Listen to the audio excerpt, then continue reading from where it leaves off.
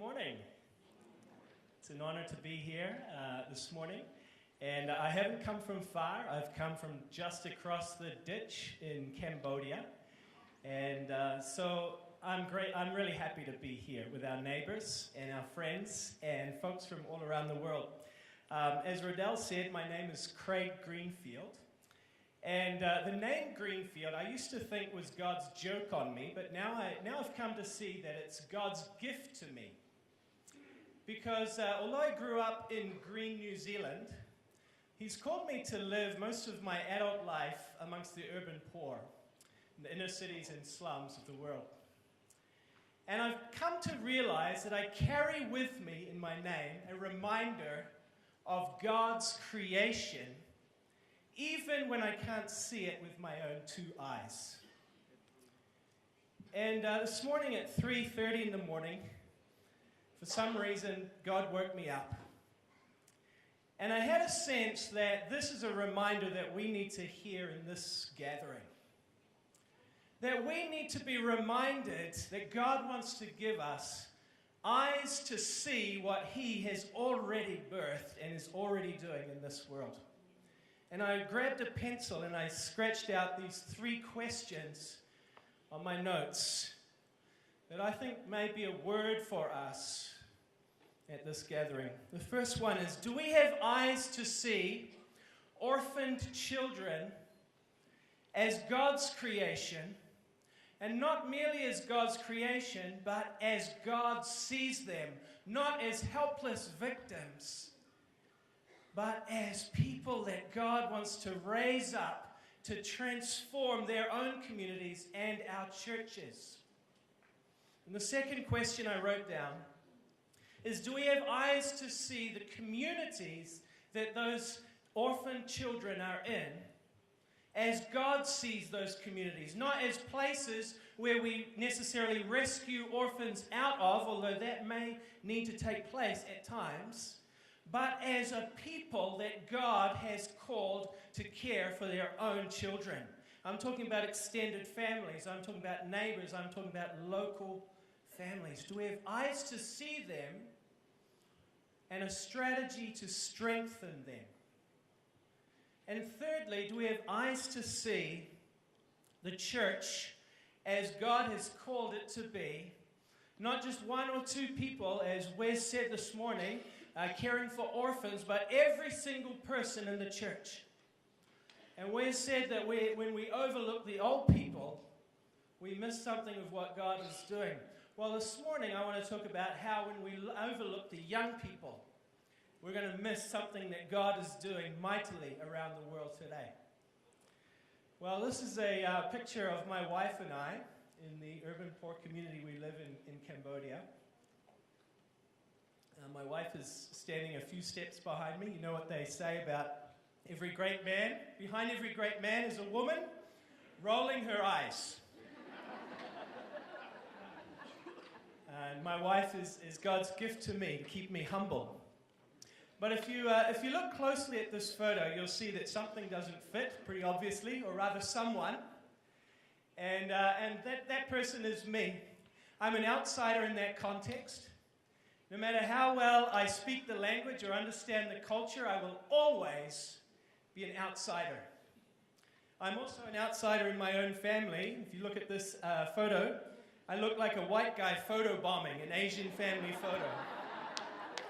But I assure you that truly is my family.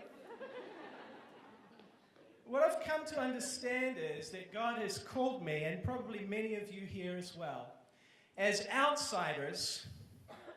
He's called me as an outsider to mobilize and equip insiders to become alongsiders. To mobilize and equip insiders to become alongsiders. And that's the Alongsiders discipleship movement that I want to share with you this morning. A movement that is spread now through Cambodia and into many other countries in Asia and now very recently in Africa.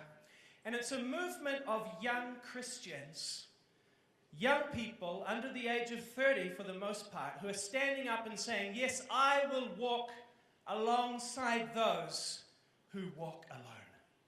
I will walk alongside one orphan or vulnerable child. I will call them my little brother or my little sister from my own community. And what we're seeing is thousands of young people take up this challenge, is that not only individual lives are being transformed, but we believe that that is the strategy to transform a generation. And if you transform a generation, you will transform a nation.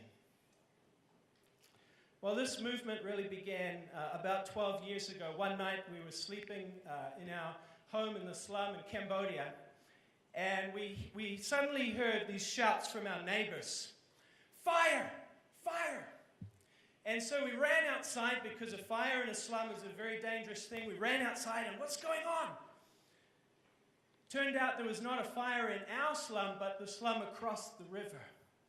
And my thoughts immediately went, oops, that was backwards, to my friend Tira, a young boy who had lost his father a few years before, and just a month before that night, he lost his mother. Along with all of his neighbors, that night he lost his home. And perhaps even more importantly than that, he lost the only photos, mementos, anything that he had to remember his parents by. You literally could not have stripped anything else away from that boy. He had lost everything. In those days, as we were doing community-based care for orphans, Tira was able to have his needs met and become a part of a community and a family. But I began to personally walk alongside Tira and pray that God would raise up a movement of young Christians, insiders, who would do what I was so ill-equipped to do as an outsider. A movement of young Christians who would be insiders who would walk alongside. And as we began to see and watch Tira grow in his life, and this movement also grow at the same time, we began to see that transformation take place, not only in his life, but in the lives of others in his community as well. Tira is now the youth pastor in the church in that slum community. And he leads a group of 18 alongside us. 18 young people from that little slum church, each of them saying, I will walk alongside, and they have prayerfully chosen one child each to walk alongside in that community. A few months ago, Tira, actually this is his little brother there on the right, when he first took him on as his little brother, and this is him now. Little brothers sometimes become big brothers that look like Justin Bieber. A few months ago, Tira came to me and said that he had fallen in love with one of the other alongsiders. But he had no mother or father to stand with him at the wedding, and he asked if me and my wife would be willing to stand alongside him as he got married. And so we had the great privilege of walking alongside him in the wedding procession as he got married. You know, across the world today, God is birthing something new. All we have to do is look at the population of the world. When we see there, you can see the blue parts of the world, the Western world, North America and Europe, is aging, is mature. But the rest of the world has what sociologists are calling a youth bulge, where sometimes in many of these countries up to 60-70% of the nation is under the age of 30. And if you look at the continent of Africa, much of that continent is under the age of 20. And what sociologists say is that countries with a youth bulge are 4 times more likely to erupt in civil war. And that's what we're seeing across the world today, as young people are on the forefront of all kinds of uprisings and revolutions, all kinds of movements for change, whether for good or for evil. On the forefront of those are young people. And the question for the church today is, do we have a compelling vision to reach out and transform the lives of our neighbors, of vulnerable children, of orphans, to offer these young people that they will be willing to lay down their lives for? Are we giving them that vision? The Alongsiders movement, those who are wanting to see young people transform the lives of others, coming alongside one orphan each. In my workshop this afternoon, we're going to look at some of the comic books that we use. These are the comic books from India, from Cambodia, from Indonesia. And on your table, you can see a balloon. If you want to just grab a balloon, I want to share with you one of the little practical things that we do in this comic book, teaching children about how to manage their emotions. If you've ever felt sad, blow into the balloon.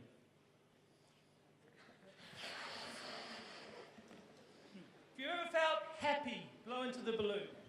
If you've ever felt disappointed, blow into the balloon. If you've ever felt angry, blow into the balloon.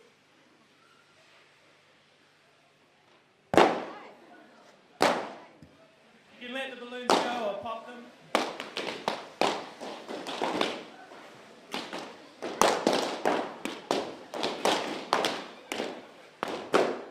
Wow.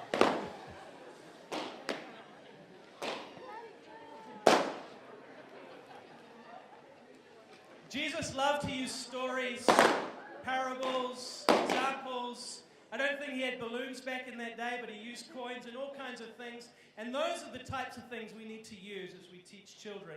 That's the exercise that we have in this comic. You can find out more about it this afternoon. On your tables, you'll also see a summary.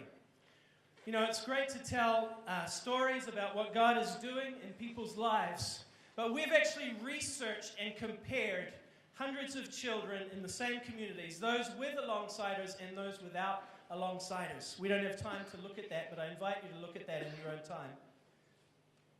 Because right now I want to invite up a young woman whose life has also been transformed by what God is doing. Her name is Chiang.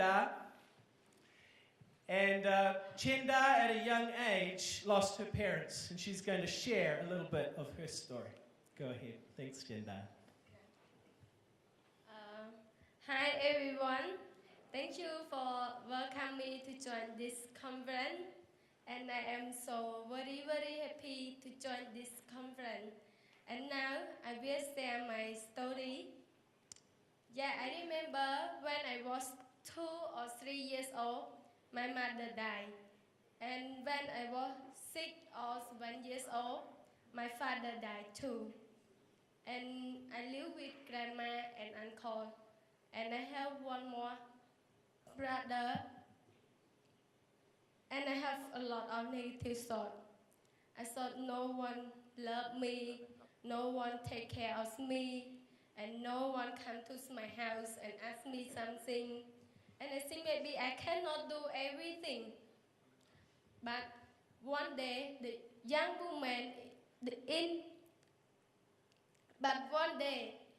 a young woman from the church come to my house and asked me, Chanda, do you want to be a little sister? And I said, oh yes, I want. And my sister, she asked me, Chanda, how are you? And today you go to school or not? And what food do you want to eat? And she told me about Jesus Christ too. And I said, oh, it's very good for me. And my sister, she asked me, Chanda, do you want to go to camps? And I said, yes, I want to go because I've never been.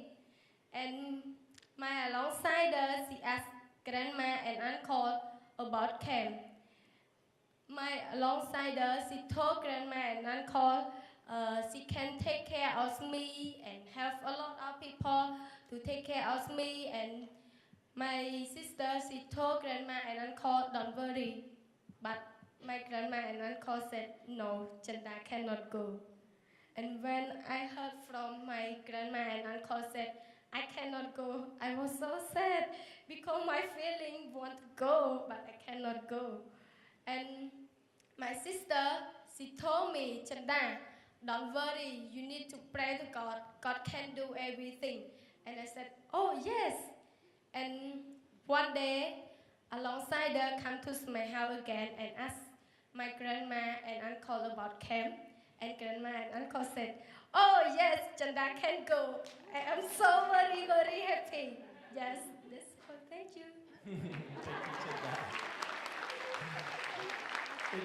It's beautiful to see how your alongside taught you about faith in Jesus.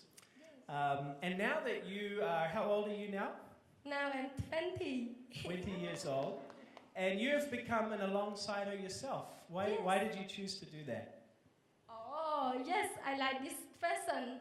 And I remember everything that my alongside do for me. And, you know, she changed my life. And I want to do this to another little girl. And one day, I walked in my village and I saw Nadi at home. And I said, oh, I go to Nadi's house and ask Nadi, what are you doing and where is your mother and father?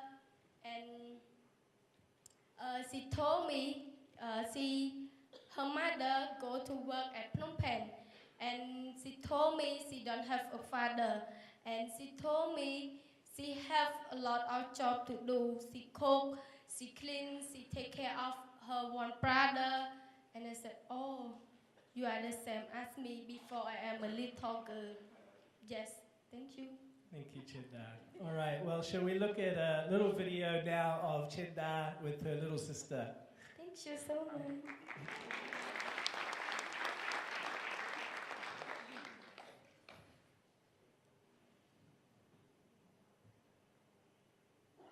Is there any sound?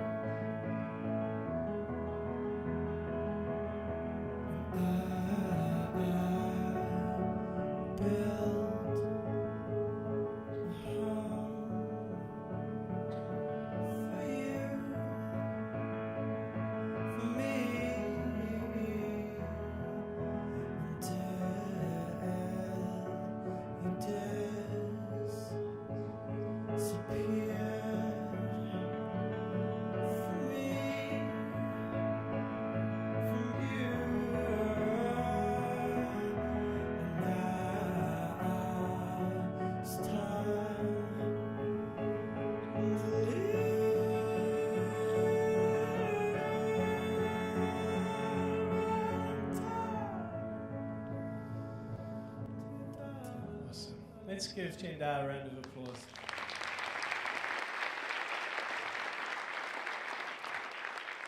You know, in Ezekiel 37, God takes the prophet Ezekiel and he shows him a valley of dry bones.